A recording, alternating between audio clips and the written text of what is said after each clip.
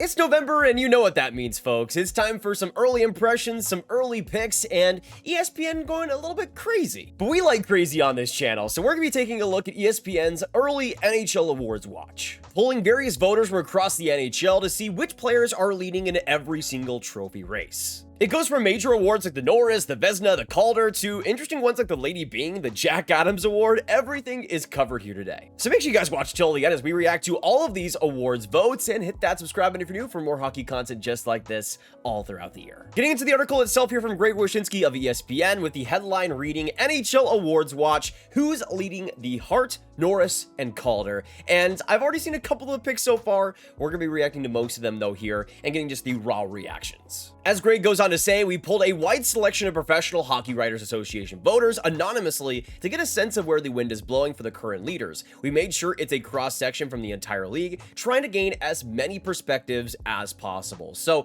especially when you look at it, this is about as general of a view of the awards voting as you could possibly get. Starting us off today is the Calder Trophy, the one that I probably talked about the most on this channel, so we're not going to talk about it in depth right here. I just made a video grading every single NHL rookie, so you could click on that if you want some more in-depth analysis, but it's interesting when it comes to the actual voting itself and what the voters right now are thinking. Because as of right now, the voting goes as Matthew Schaefer leading number one, with the finalists being Aidan Delaney from the Montreal Canadiens and Emmett Finney from the Detroit Red Wings. Now, this isn't really surprising by any means. Schaefer leading isn't really a surprise considering how impressive his start has been, for everything going against him coming into the year, not just with his age, but his lack of games and how much he's been able to rejuvenate that Islanders team. Him being at the number one place makes sense. And I would say the finalists also make sense here, even though I'd probably have a Dobesh or even an Alexander Nikishin ahead of Finney. Finney's still in the race and absolutely would be probably within that top 5 range if it were up to me. So also I think that makes sense too. With Demidov also coming up as the runner-up,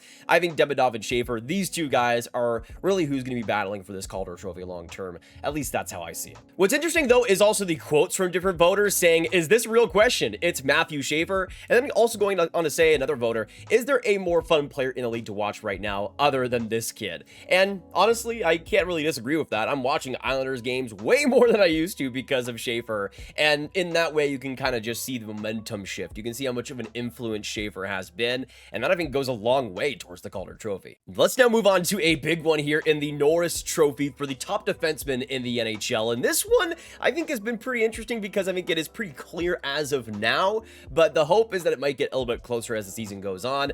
But you have the leader as Cale Makar of the Colorado Avalanche, Mike Matheson as a finalist, as well as Josh Morrissey of the Winnipeg Jets. In terms of the voting, Makar earned all but one first place vote from our panelists. Heading into Monday night, his 18 points are 7 better than any other defenseman, so makes sense that he would come at the number one spot. But I think what's most interesting is the picks outside of number one. Mike Matheson coming in as a finalist in this is incredibly impressive considering where the talk around him was just a year ago. Somebody that I think, because of his deployment in Montreal, really had to be the guy every single shift, and kind of felt like it was feeling like he was making too many risky decisions and it wasn't really paying off. But now with the pairing of him and Dobson, those two have worked together beautifully, and I think Matheson's just looks a lot more comfortable. Plus contract year situations, so that always gives players a bump. I will say this though, I have really enjoyed watching Mike Matheson play this year, and I'm happy to see him get some respect here, but I don't know if top 3 in the Norris Trophy voting is where I would personally have him. He's been one of the better defensemen in this league so far, but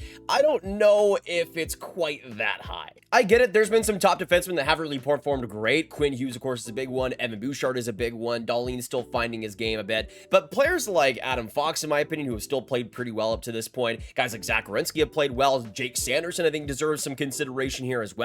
So even though Matheson, I think, has played great, I think there's still some defensemen I'd probably take above him, but still, I'm happy that he's getting his flowers. Morrissey makes a ton of sense to me as a finalist. 11 points through 12 games, 24 minutes a night. He's been, once again, the lifeblood of that Jets defense, so having him in this range too makes sense. Later on in the article, we also got some players that did receive votes but weren't a finalist, saying that Forsling, Fox, Sanderson, Shea Theodore, and Zach Werenski also got attention. If it were up to me, I'd probably go number 1, Cale Makar, and then the next 2 spots would be fighting between, of course, Josh Morrissey, but also Jake Sanderson, potentially Adam Fox, potentially also Zach Werenski too. Let's move on here to the Jack Adams Award, and let's give some attention here to the coaches, shall we? Because I think it's been a very interesting race up to this point, and the voting does also represent that that, with the leader being Dan Muse of the Pittsburgh Penguins, with the finalists being Joel Quenneville of the Ducks and Andre Tourigny of the Utah Mammoth. I will say it's interesting how the Jack Adams Award skews, because it's kind of like the Hart Trophy, where if you're a person or a team that doesn't have a lot of attention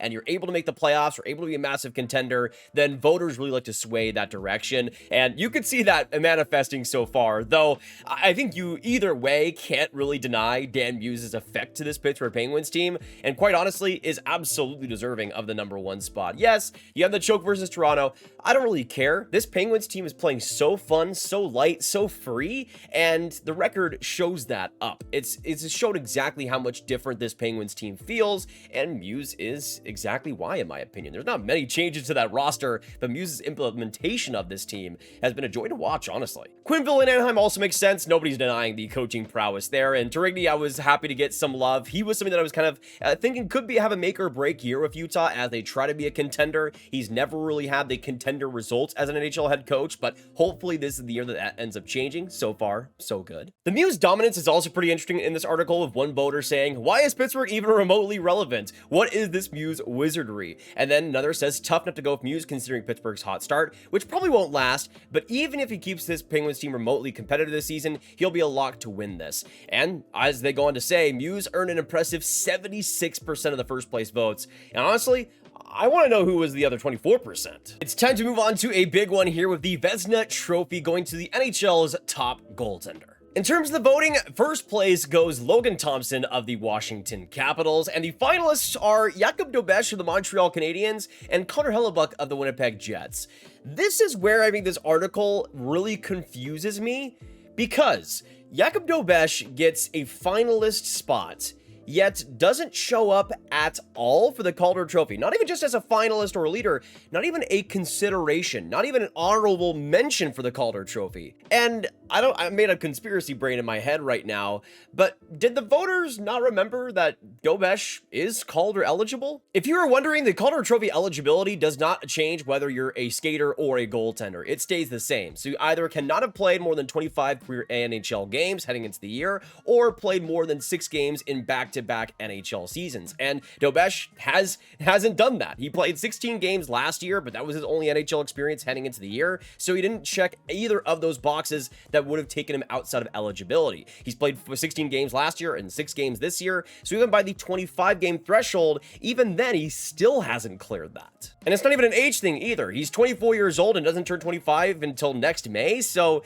that even isn't a factor. So I'm curious as to how the voters forgot about Dobeš's eligibility as a rookie and as a Calder candidate, but then is able to have him as the second leading guy in the Vezina Trophy running. Fair on them, I guess, for remembering he existed in the end, but it just kind of confuses me a little bit. But in terms of the actual Vezina Trophy voting, I think it's pretty fair overall. I would make some changes personally. For me, I'd probably have a pretty different top 3. Dobeš would probably be just outside of it, but as of right now, I'd probably have Connor Hellebuyck right up there. I'd have Lukas Dostal as well. And then I think, honestly, Spencer Knight does deserve the nod here, at least up to this point, handling a major workload, and I think doing very, very well considering that, especially in goal save above expected, consistently among the best in the league. That's really been the case all season. I think the options here are very safe, very sound. I mean, Thompson has a .935 save percentage. I just think Washington's systems are very easy for goaltenders to perform in well, but I'm not complaining. I have Thompson in fantasy, so I'm doing okay. And of course, forgetting the fact that they maybe forgot Dobeš for the Calder Trophy, it's insane to have Dobeš in this position heading into the year.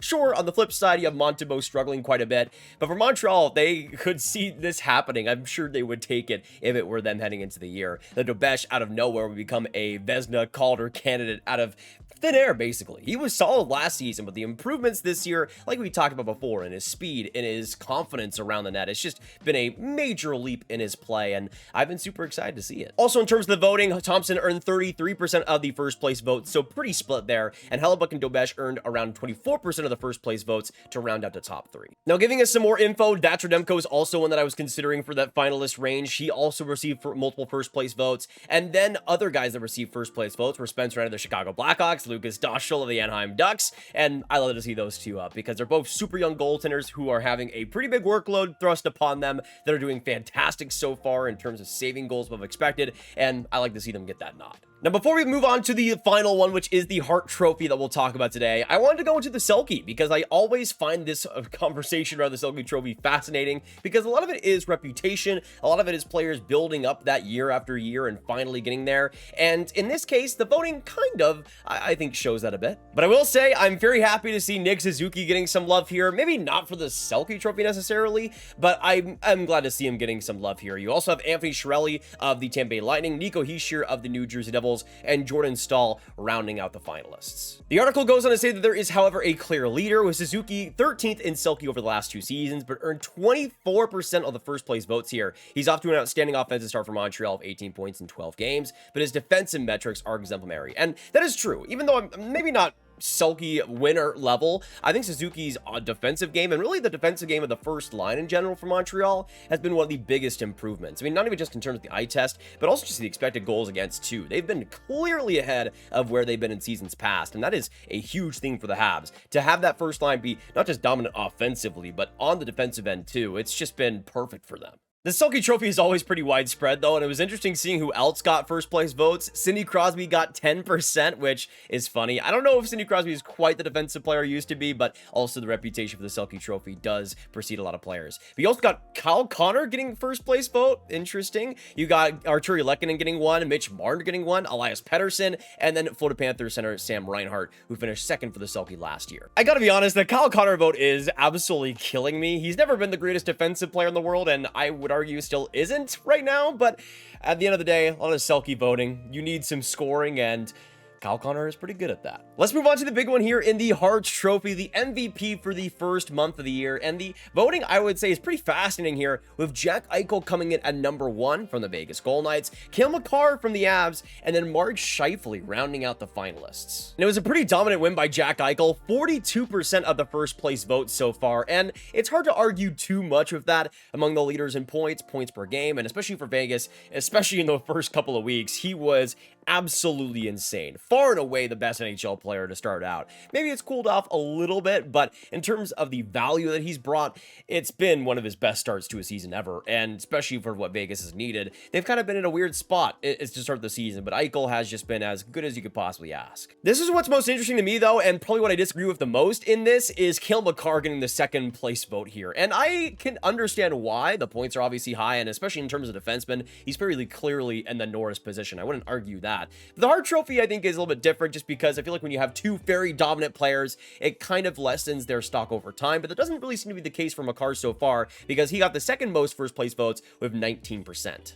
And as they go on to say, McKinnon's also been at a fantastic level. It's not just Makar leading the way. McKinnon has 10 goals, 19 points up to this point, and even though Makar has been awesome, has been incredible in the offensive end, both of those guys have kind of had this similar situation as last year, where especially in Makar's case, his best minutes have been with McKinnon, and outside of that, the results haven't been unbelievable. Personally, for me, though, if I'm voting for one player for the MVP so far, it is Mark Scheifele, who came in third place in the first place votes with 15% overall. And honestly, I think Scheifele has just hit that other level in terms of intensity, in terms of just dominating a game from start to finish. Of course, leading the league in points right now with 20, at least as I'm recording this. But Scheifele, in terms of what the Jets have needed, how much they've needed that offense, that generation, Scheifele's just been at a perfect level for them so far. We'll see how much that's able to translate throughout the course of the year, but his start has been magnificent. Among the players that also got first place votes, you had Draisaitl, Jack Hughes, Dylan Larkin, and then you had players who made the voters' ballots but didn't get a first place vote in Macklin Celebrini and Sidney Crosby of the Pittsburgh Penguins. And that's kind of hinting towards what I would do. Honestly, if we're just going off of most valuable players so far, I would have Macklin Celebrini in my top 3. I think he's up there, and I think he's deserving of that. Dylan Larkin is also close. Jack Hughes is also close. I'd probably make that my top 5, but I'd probably go Scheifele number 1, Jack Eichel number 2, and then Celebrini number 3, if it were up to me. Celebrini's just found that extra gear, that extra level to dominate games, and even though he started off a bit slow in those first couple of games, he's really ramped up his play once again, and is just at the perfect Celebrini level that we know he's capable of. Just a undeniable player with his IQ, with his positioning, with his work ethic, and on top of that, fantastic shot, a fantastic vision, and just as a overall center, you can't get much better from a younger player. But that is ESPN's early award voting, and some that I disagree with, but I would say overall most of this made pretty good sense, besides Dobesh not being a Calder candidate.